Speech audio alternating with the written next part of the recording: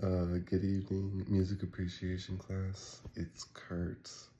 This is going to be my discussion board 6 video, the Living Composers video. Um, as far as a little check-in with me, doing good. I went to go eat canes today after I had my lecture, so that was pretty fun. Um, excuse me. It was, I've been doing good, classes have been going good, everything has been going good.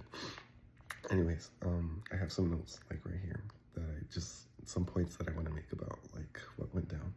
Anyways, but my video was called Composers Eating Kettle Corn, and it's by Kettle Corn New Music, and essentially it's like an interview between, I don't think the interviewer ever said his name, but it's the interviewer and then the interviewee, and the person who's being interviewed, his name is Andy Akiho. I might be mispronouncing his name, but anyways, this interview is with Andy Akiho, and so it kind of starts off a little bit satirical. The interviewer asks him what's your favorite type of kettle corn? And so it's kind of what? It kind of throws you for a little loop, you know what I mean? And then so whatever, Andy kind of goes on to say some of his favorite types of kettle corn and just kind of play along in the interview and whatnot. And then I guess more of the interview starts, right?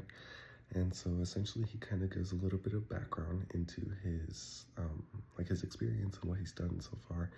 And so he starts off with his undergraduate background, right? And so he had went to the University of South Carolina, and there essentially he describes that he was exposed to essentially a variety of different ensembles and just different types of people. And he said ensembles that I guess kind of represented music from Africa and music from Brazil and just different music from everywhere, along with the people who actually went to the college as well. It was just a different array of people, a bunch of different people.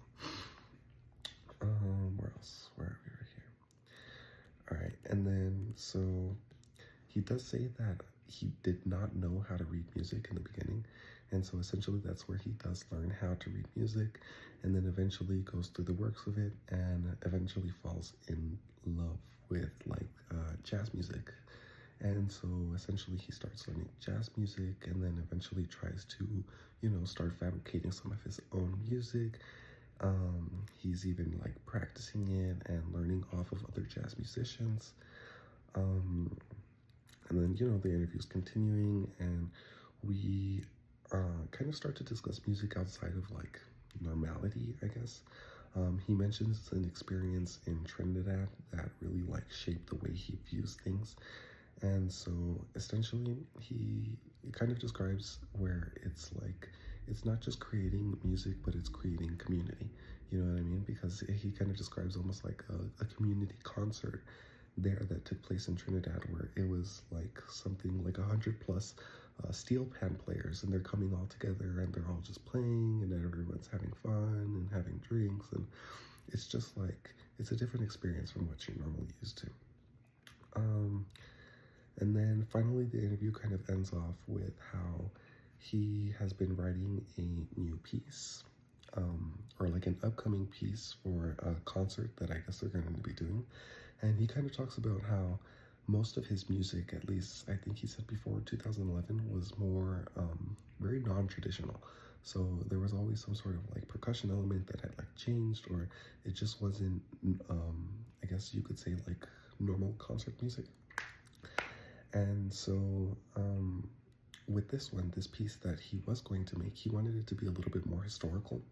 And so I think he included, he was yeah, I really wanted to bring in instruments that, made sense. So he talks about kind of the piano and the violin and just more instruments that more a little bit historical. And so yeah, he kind of just compares that to his piece that he's making now, and that's how the interview ends off. As far as the second portion of it, I chose how being a composer today is really different as compared to a composer in the past. And so essentially I just kind of wanted to bring up the fact how music is how music works and how it's spread throughout media, I guess, nowadays. So like I think back to like Antonio Vivaldi and how he used to play for kind of like the rich or only like in salons or like in certain places. And so essentially that kind of limits like, and then also too that music was just purely written back then, and you could only perform for a certain amount of people, or like perhaps a particular audience. And so now, obviously, music is mainstream. People can make music in their garages, they can fabricate it online. Um, and so, like, that's just really, I guess, different. And that's how being a composer is different than it is from today as compared to like when Vivaldi was around. And so you're able to just spread it that much easier. Anyways, but this has been my discussion board. Peace out.